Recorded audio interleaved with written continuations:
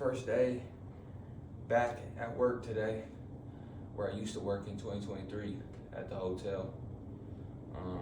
It's nice, or it was cool being back in there and whatnot. Everything's smooth, but just those thoughts and the thought process of was like, okay,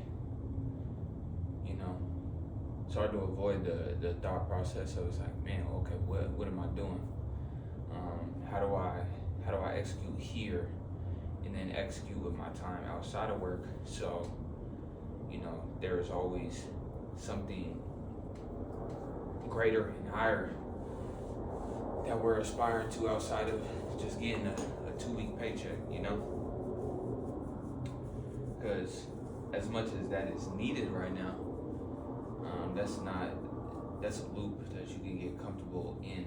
And I don't know, found myself kind of observing some of those thoughts today of just the comfortability of being back in there and back in the workflow of things, which, like I said, is a blessing, but it's half truth, twofold to it. Twofold to it.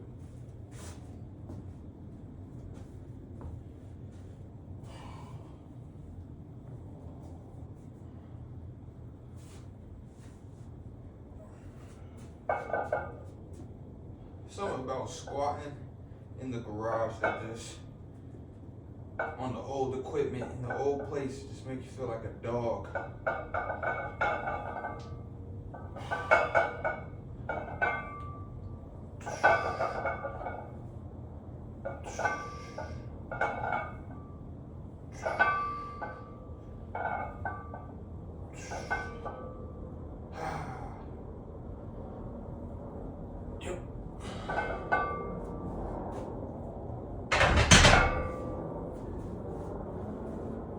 Yep.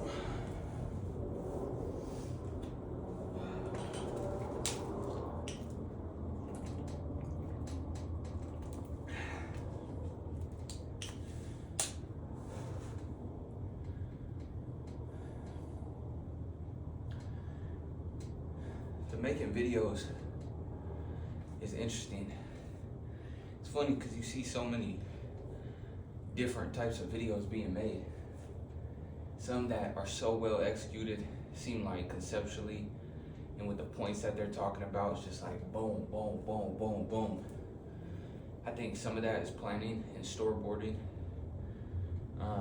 Obviously having an idea and a concept and just really narrowing down, going wide with the concept, and having some depth as well with how you're actually breaking down the thing.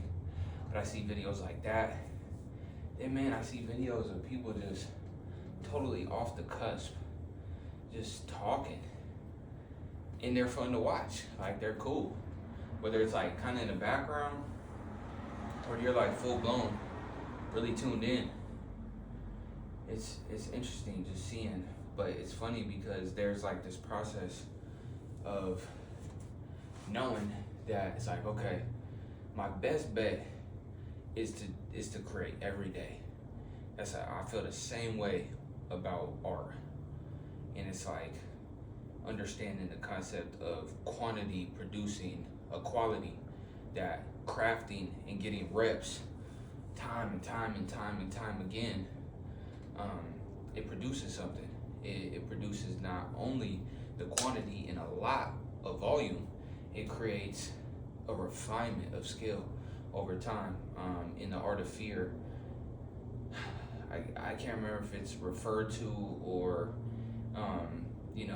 somewhat like an analogy or a real story, but they're talking about the teacher that gives the pottery class the one assignment that they have, and pretty much the one assignment is to craft this piece of pottery by the end of the semester. And some people, or one person, had tried to create this one somewhat or seemingly perfect piece of pottery, and they just focused on that one. And they were trying to get everything right. And something about that can sound right to us, you know. It's like, man, I'm just trying to refine this one thing. I gotta tweak this and I gotta tweak that. So in a way, it can initially make sense to you. And then on the flip side, a different approach that was done was another student just created, and they made tons of pottery and made tons and tons and tons, and they were trying different stuff similar. They were trying and tweaking and probably adjusting, but they just created out of pure volume. They didn't try to create one specific great piece of pottery. They were just creating pottery and pottery. So obviously, you know, if you take that analogy and apply it to a creative endeavor, any form of art, and then definitely this content creation thing, or just making, you know, whatever it is that you truly want to make and you feel inclined to make, man, just doing it, like just knowing it's like this. If I get into the realm of comparison, it's like the way that this is propped up out right now, what it looks like, and the sound of it, and the color grade and all this other stuff, like this video sucks. But this video is also phenomenal because it was the fact that I just turned the camera on and I at least was committed to what I said I was gonna do, was just make the video. Being committed to something I said prior. And, you know, I could go on a whole nother tangent about that outside of creativity and, you know, videos and YouTube and thinking about ideas or thinking about writing songs and ideas. Just what it means to be committed to yourself. And I'm not gonna lie, right now, I'm definitely fully in the weeds with that. I'm trying to understand that for myself at this age and just where I'm at, of just like, man, how do I refine it? I almost don't know how to articulate it. I don't know if it's refining a skill, if it's becoming more in tune, if it's falling more in love with yourself. But this dedication and commitment to yourself, where you can allow yourself to be in the same frequency that you were back then and sustain that over time, to where it's like, you know, you can just remember how you felt in the beginning of whenever you said you was going to do X, Y, and Z, or just X, just Y, just Z, whatever you said, remaining in that frequency. And then when you hit different moments where naturally it's the question of, or, you know, the mirror kind of seeing like, are you really about this thing? Being able to push through that.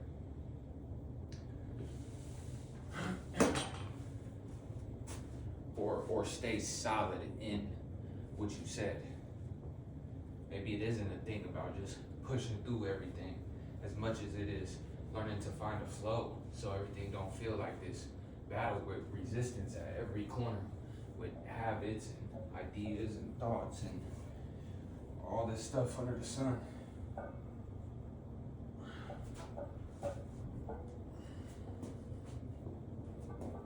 Ooh, ooh, ooh. Get my feet right. All right, let's work. Focus on getting my head up too. Make sure that back ain't rounded.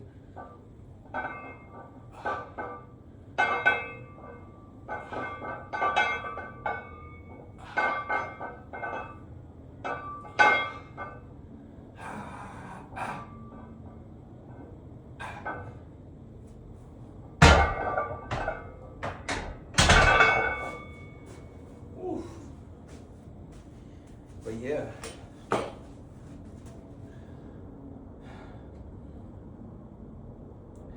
It's crazy, man. I think so much about just like, what does it take?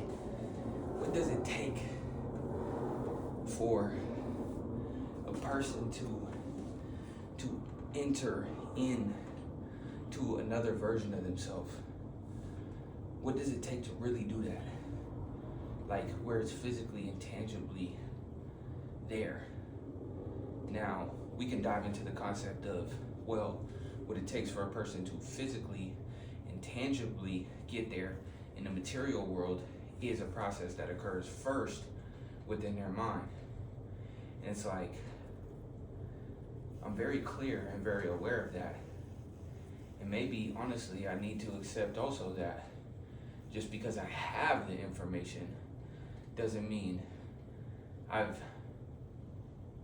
fully practiced it and let it play out. Now, mind you, the practice becomes a lifelong practice of claiming anything in the mind, in the thoughts, and then holding steadfast to that and being able to, like I said, however we frame it, maybe it is pushed through, maybe it's maneuvered through, maybe it's flowed through, but whatever it is, learning how to stay rock steady in that I am, that identity, that frequency, that state of knowing. Because maybe I have to admit that I have beliefs about the information that has been exposed to me, the information I was talking about. If you go check out, the spiritual versus pragmatic approach video. But maybe I have more beliefs about these things in less of a state of knowing. But what can be frustrating is that I do have a state of knowing because I've seen it. I wouldn't feel so drawn to it. I feel like that idea of like being able to like observe a thought or an idea or observe the future self doing something and then like really feeling that like kind of visceral and gut feeling like, damn, that's already true. And then letting it play out and going and doing it. Oh, talk about confidence. So there is some state of knowing. I've seen it.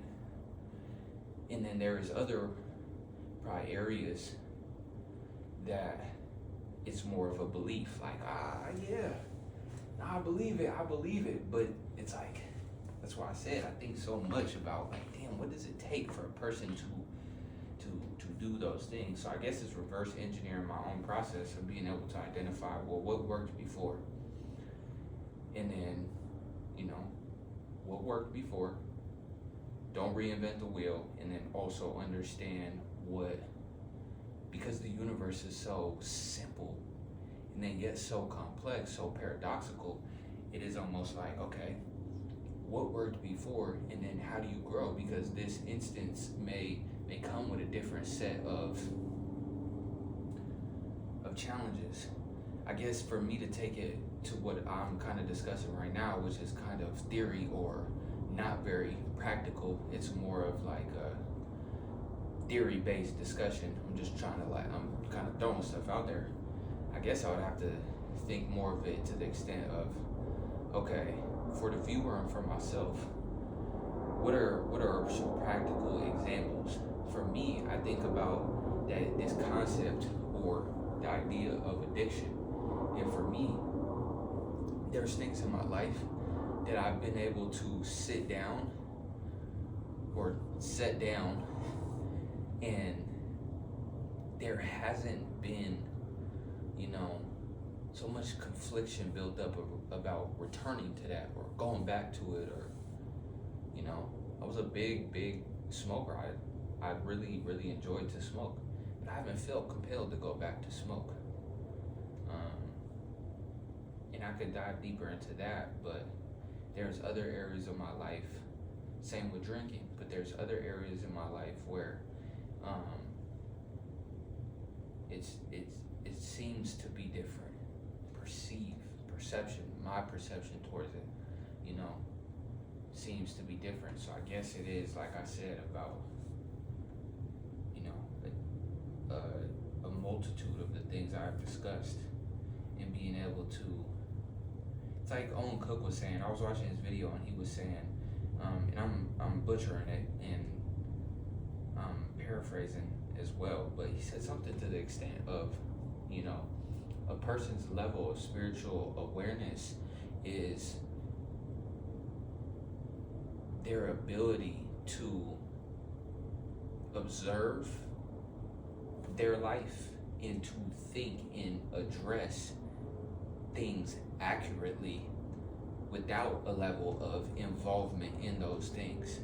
And I'm kind of throwing a little spin on it, and like I said, I'm butchering it and paraphrasing it, but it was just being able to observe your life accurately, without, your own biases and perception. And to a certain extent, that's probably a challenge for all of us.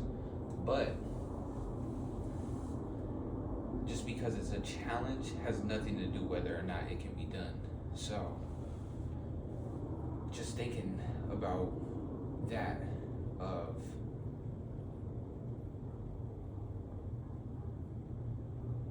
what are the things that produce results? What are the frequencies that produce the results that I would like to see in my life? And when I say frequency, it's kind of that vibrational path from a thought to the emotions that you move in a day, and then those emotions fueling actions or not fueling actions. So when I say frequency, just kind of everything that goes downstream from that. Thinking about that, like, well, what are the things that I'm putting into the system that give me these said results, and then what are the things I'm putting into the results, or into the system, into the machine, that are giving me these results? And then if I understand that concept, and I understand that I get these results from XYZ, and I don't like that result, then why do I keep participating in that? That's the real kicker. That's where the hard questions and the hard realizations start to come, where it's like having to self-analyze at that extent. And I think the thing that sucks the most is this all being well intended and the intention being right, but when you do keep repeating similar mistakes and jumping back into that old frequency, it is a hard struggle between giving yourself grace and then also not being able to feel that slight inclination of looking at yourself like, damn bro, this shit fake. Like, you being fake to me. So how we gonna have a conversation about it if you being fake? You being fake to yourself, and then that reflect, whether it's in other relationships, it's in what you kind of give out. Like, I don't know, man, it's a lot. It's a lot, man. That's what I'm saying. Like, just observing myself in the way that I think. And somebody could be watching this and just be like, God damn, you need to stop thinking. You think too much. You got a lot going. A lot on your mind, you feel me? So I could fully agree with that as well. Which I think is somewhat of the benefit of flow. Which I've been able to observe in other people, because I can say that because I've observed it in other people. It's like, bro, you gotta retract it back. Like, you doing a lot of thinking right now, and the thinking ain't doing much for you.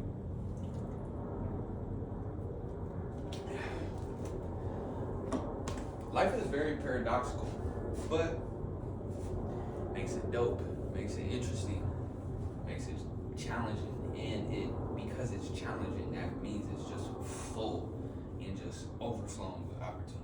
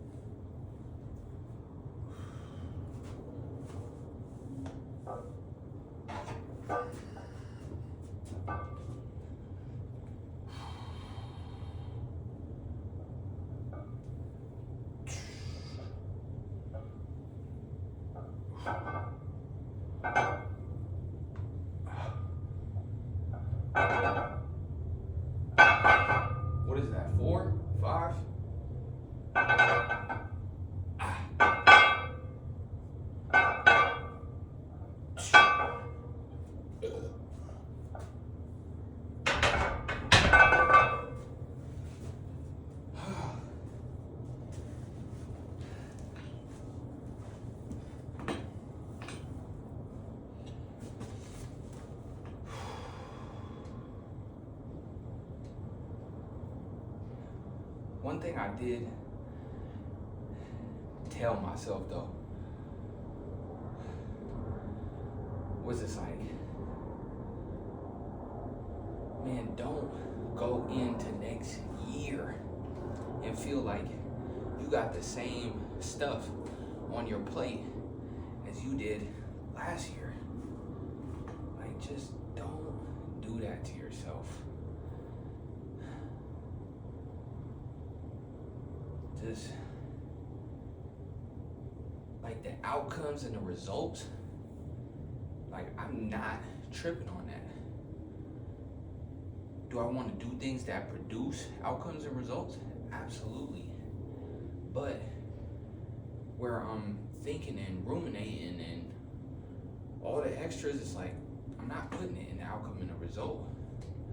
I'm simply, very briefly, but remaining in the fact of understanding, like, bro, let's just not do that. Let's not get to the end of the year and not have wrote, not have recorded, not have created.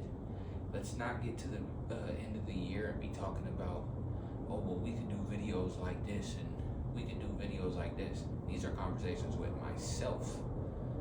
Like, you should go record a video. Like, go make some. Just go talk. Don't do it. Then you get to the end of the year, you having that conversation. Getting to the end of the year and still having the same commitment to old habits that don't work for whatever reason.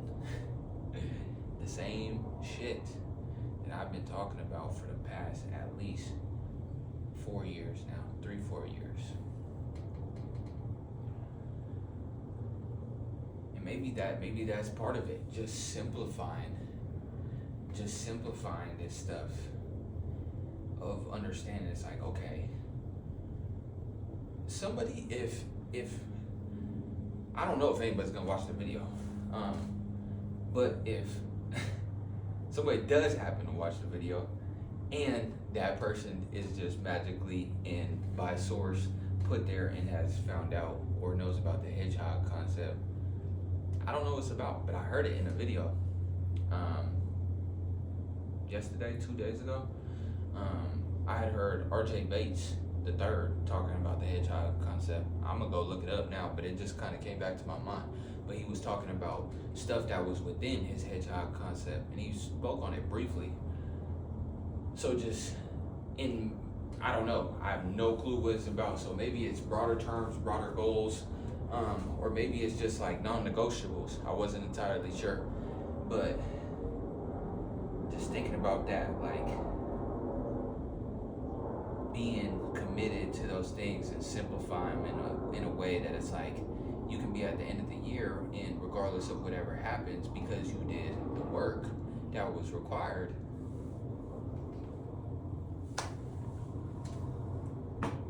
You feel me? Like, there is a joy in that. Whatever happened just is irrelevant to the actual work that is done. The byproducts are just the byproducts, but being able to look at my damn self in the mirror at the end of the year and know, bro, you did that.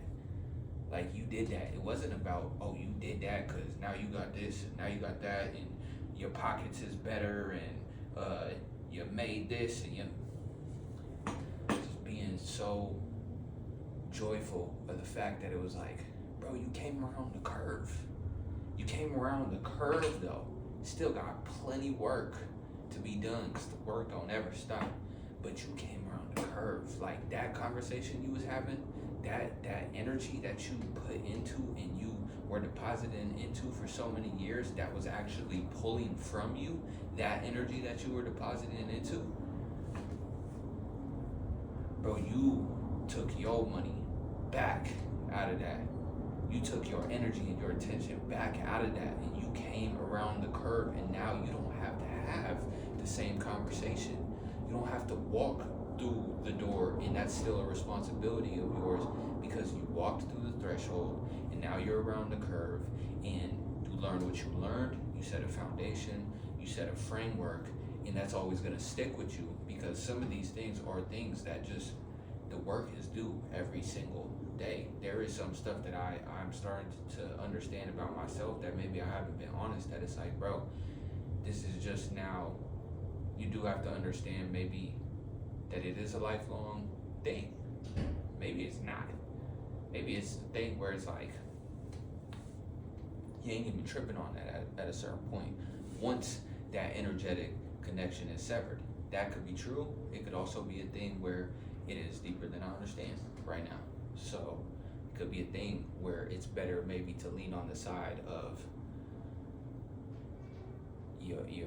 you're always going to have to be cognitively aware of that in some shape or form or the other. So be aware of that. And I'm just talking about habits and our attachment to things whenever and whatever it is. It could be a smoke, it could be a drink, it could be the food we eat, it could be anything sexual, it could be our commitment to what we give our time, the things that we consume, the things that we let in our brain through our eyes. That is kind of a process that a human being is just gonna go through, as long as you hear. And get ready, because everything is just evolving. And because we are, as a collective, whether you turn on the news and you see all chaos and you think all the hell is going to break loose, and they always want to put something negative in front of your face, or so it seems, don't be caught up in the illusion. The truth and the truth of what is going on is that if we understand that the duality of good and bad exists on this plane, understand that you see that bad, that negative, these are just labels, but you see that flare up because the collective conscious of human beings is raising. People are becoming more aware of themselves. If you get on a social media platform and you see everything to the contrary, that's what you're choosing to see. But you can look every day and find the people who are like really becoming aware and self-conscious of themselves, of the fact that it's like, we kind of always knew that it was deeper than what is portrayed by the matrix, society, labels. Like I said, whatever we want to call it, we have a general understanding of what we're speaking to. But the truth of the matter